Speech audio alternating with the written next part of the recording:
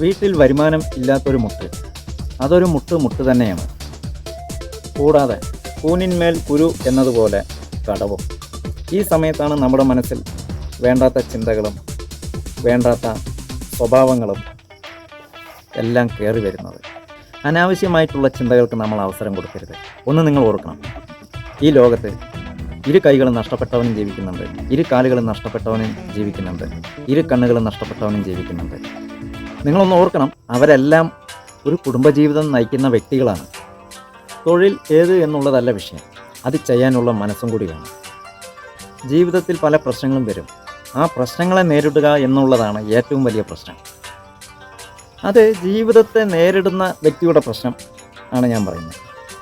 അല്ലാതെ അലഞ്ഞു തിരിഞ്ഞ് ജീവിതവും സമയവും ചോറിനെ കൊല്ലുന്ന ഒരു വ്യക്തിയുടെ ജീവിതത്തെ അല്ല ഞാൻ പറയുന്നത്. അവർക്ക് ഇത് തമ്മിൽ യാതൊരു ബന്ധവുമില്ല. ഒരു രാജ്യം ഉണ്ടായാൽ അവിടെ ഒരു രാജാവ് ഉണ്ടാവും. ഒരു രാജാവ് ഉണ്ടായാൽ സ്വാഭാവികമായിട്ട് ഒരു രാജ്ഞി ഉണ്ടാവും. ഒരു രാജ്ഞി ഉണ്ടായാൽ ഒരു പ്രജകളുണ്ടാവും. പ്രജകളുണ്ടായാൽ യുദ്ധങ്ങളുണ്ടാവും. യുദ്ധങ്ങളുണ്ടാകുമ്പോൾ യുദ്ധത്തിനെ നേരിടുക എന്നുള്ളതാണ് രാജാവിൻ്റെ കടമ. യുദ്ധത്തിൽ നേരിട്ട് പ്രജകളെയും രാജ്യത്തെയും രാജ്ഞിയെയും ആ രാജാവിനെ ചുറ്റിപ്പറ്റി ജീവിക്കുന്ന ആൾക്കാരെയും സംരക്ഷിക്കുക എന്നുള്ളതാണ് രാജാവിൻ്റെ മൗലികമായിട്ടുള്ള ധർമ്മം. അല്ലാതെ പേടിച്ചോടുകയല്ല വേണ്ടത്. ഞാനിവിടെ രാജാവ്, പത്നി, രാജ്ഞി എന്നെല്ലാം പറഞ്ഞത് കുറച്ചുകൂടി ഒന്ന് വിശദമാക്കി തരാം. രാജാവ് എന്ന് പറയുന്നത് കുടുംബനാഥനും, രാജ്ഞി എന്ന് പറയുന്നത് ഭാര്യയും, പ്രജകൾ എന്നുള്ളത് മക്കളും. യുദ്ധങ്ങൾ എന്ന് പറയുന്നതാണ് പ്രശ്നങ്ങൾ. ആ പ്രശ്നങ്ങളെ നേരിട്ട് തൻ്റെ കുടുംബത്തെ സംരക്ഷിക്കുന്നവനാണ് യഥാർത്ഥ അഭിമാനമുള്ള വ്യക്തി. അല്ലാതെ പ്രശ്നങ്ങളെ നേരിടാൻ കഴിയാതെ ഒരാളുടെ തലയിൽ കെട്ടിവെച്ച് അല്ലെങ്കിൽ മറ്റൊരാളുടെ തലയിൽ കെട്ടിവെച്ച് ആത്മഹത്യയോ വേറെ എന്തെങ്കിലും സംഭവങ്ങൾ ചെയ്യുന്നതിലല്ല ഒരു കുടുംബനാഥൻ്റെ അഹങ്കാരം. ആ പ്രശ്നങ്ങളെ നേരിട്ട് ഈ ലോകത്താരും നശിക്കും എന്ന് പറഞ്ഞിട്ട് ഒരു തൊഴിലും ചെയ്യുന്നില്ല. ഇപ്പോൾ ഇന്ത്യയിൽ തന്നെ തൊഴിൽ നിക്ഷേപകർ ഇൻവെസ്റ്റ് ചെയ്യുന്നത് അത് തൻ്റെ കമ്പനി നാശമാകണമെന്ന് പറഞ്ഞിട്ട് അവരാരും ഇൻവെസ്റ്റ് ചെയ്യുന്നില്ല. അതിന്ന് ലാഭം ഉണ്ടാക്കണം എന്ന് പറഞ്ഞിട്ടാണ് ഓരോ കമ്പനികളും നിക്ഷേപകർ ഇൻവെസ്റ്റ് ചെയ്യുന്നത്. ഇപ്പോൾ ഓഹരി കച്ചവടത്തിലാണെങ്കിലും നമ്മൾ നിക്ഷേപിക്കുന്ന പൈസയുടെ 2 ഇരട്ടി കിട്ടണം എന്ന് പറഞ്ഞിട്ടാണ് നമ്മൾ നിക്ഷേപിക്കുന്നത്. അല്ലാതെ നമ്മൾ ഇടുന്ന പൈസ നമുക്ക് നഷ്ടമാവണമെന്ന് പറഞ്ഞിട്ട് ആരും ചെയ്യുന്നില്ല. ഈ നഷ്ടമാവുന്നത് ഒരു തൊഴിലിന് ഇറങ്ങുമ്പോൾ ആ തൊഴിലിനെക്കുറിച്ച് സാങ്കേതികമായിട്ടുള്ളൊരു പരിജ്ഞാനം ഉണ്ടാവണം.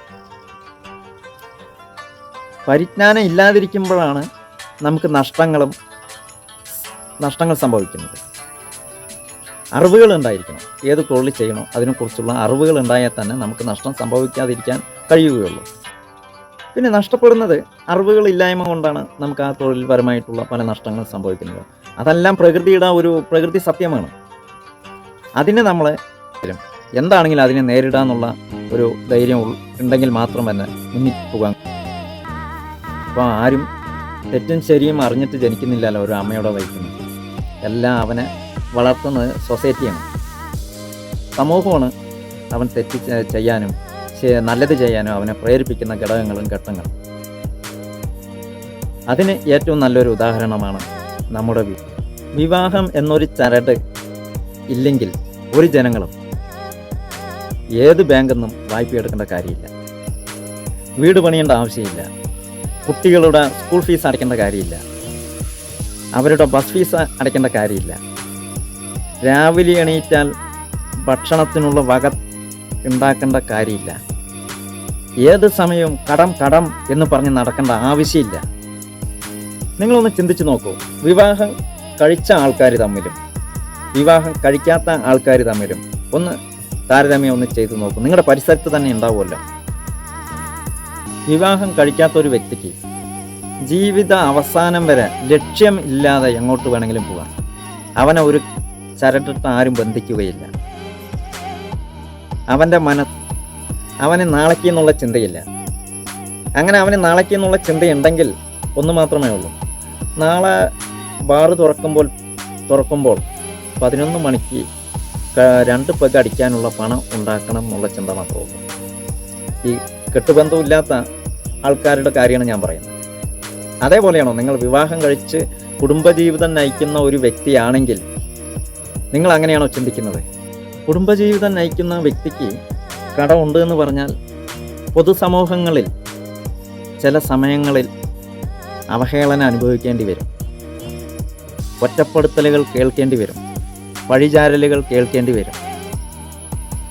സ്വന്തം കുടുംബക്കാർ തന്നെ കടക്കാരെ വിളിച്ചു കൊണ്ടുവന്ന് കാണിച്ചു കൊടുക്കും. ഈ സമയങ്ങളിൽ നമ്മൾ ചിന്തിക്കേണ്ടത് തളരരുത് എന്നുള്ള ഒറ്റ മുദ്രാവാക്യം.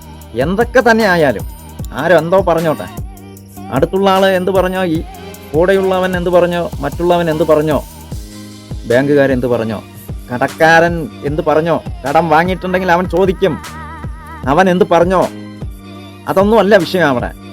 നിങ്ങൾ ഒന്ന് ശ്രദ്ധിച്ച് നോക്കൂ. ഇന്ത്യക്ക് സ്വാതന്ത്ര്യം നേടിത്തരുന്ന മഹാത്മാജി പല അവഹേളനകളും പല കുറ്റപ്പെടുത്തലുകളും എന്തിനേറെ പറയുന്നത്, അന്നത്തെ കാലഘട്ടത്തിൽ പല ആൾക്കാർ ഇത്രയും അവഹേളനകളും ഇതെല്ലാം സഹിച്ച് ഇന്ത്യക്ക് സ്വാതന്ത്ര്യം വാങ്ങി തന്ന മഹാത്മാജിയെ നമ്മൾ ചിന്തിച്ചാൽ മതി. അതും ഇന്നത്തെ ഫെസിലിറ്റി ഒന്നും ഇല്ലാത്ത കാലത്താണെന്നുള്ളത് കൂടി ഓർക്കണം. നമ്മൾ ഇപ്പോൾ അനുഭവിക്കുന്ന ഒന്നുമല്ല ജീവിതത്തിൽ. അതാണ് പ്രതിസന്ധി. ഇപ്പം നമ്മൾ അനുഭവിക്കുന്ന പ്രയാസത്തിൻ്റെ 1000 ലക്ഷം മടങ്ങ് പ്രയാസങ്ങൾ അനുഭവിച്ചിട്ടാണ് ഓരോ മഹാരഥന്മാരും നമുക്ക് ഇന്ന് സ്വാതന്ത്ര്യത്തോടു കൂടിയിട്ട് ഇറങ്ങി നടക്കാൻ ഉള്ള അവസരം ഉണ്ടാക്കി തന്നിരിക്കുന്നത്. ജീവിതത്തിൽ പേടിച്ചോടാൻ തുടങ്ങിയാൽ ജീവിത അവസാനം വരെ ഓടിക്കൊണ്ടിരിക്കും. ഇന്ന് ലോകത്ത് നമ്മൾ ഉപയോഗിക്കുന്ന പല വസ്തുക്കളും കണ്ടുപിടിച്ചിരിക്കുന്ന മഹാന്മാർ ഒരുപാട് ത്യാഗം ചെയ്തിട്ടും ഒരുപാട് തോൽവിയുടെ വക്കിൽ നിന്നാണ് കണ്ടുപിടിച്ചിരിക്കുന്നത്. 1822 ദരിദ്രബാലനായിരുന്ന ലൂയി പാസ്റ്റർ ആന്ത്രാക്സിന് പേപ്പട്ടി വിഷബാധയ്ക്കും മരുന്ന് കണ്ടുപിടിച്ചു. സ്വന്തം ജീവൻ പണയപ്പെടുത്തിയിട്ടാണ് കൊതുക് ഭക്ഷണം തേടുന്നത്. അതിനെയും വെച്ച് വലിയ പ്രയാസങ്ങളൊന്നും ഇന്ന് ഇല്ല. പ്രശ്നങ്ങളെ കൂടുതൽ മൈൻഡ് ചെയ്യാതിരുന്നാൽ മതി. പ്രശ്നം അത് അതിൻ്റെ വഴിക്കാൻ നീങ്ങി.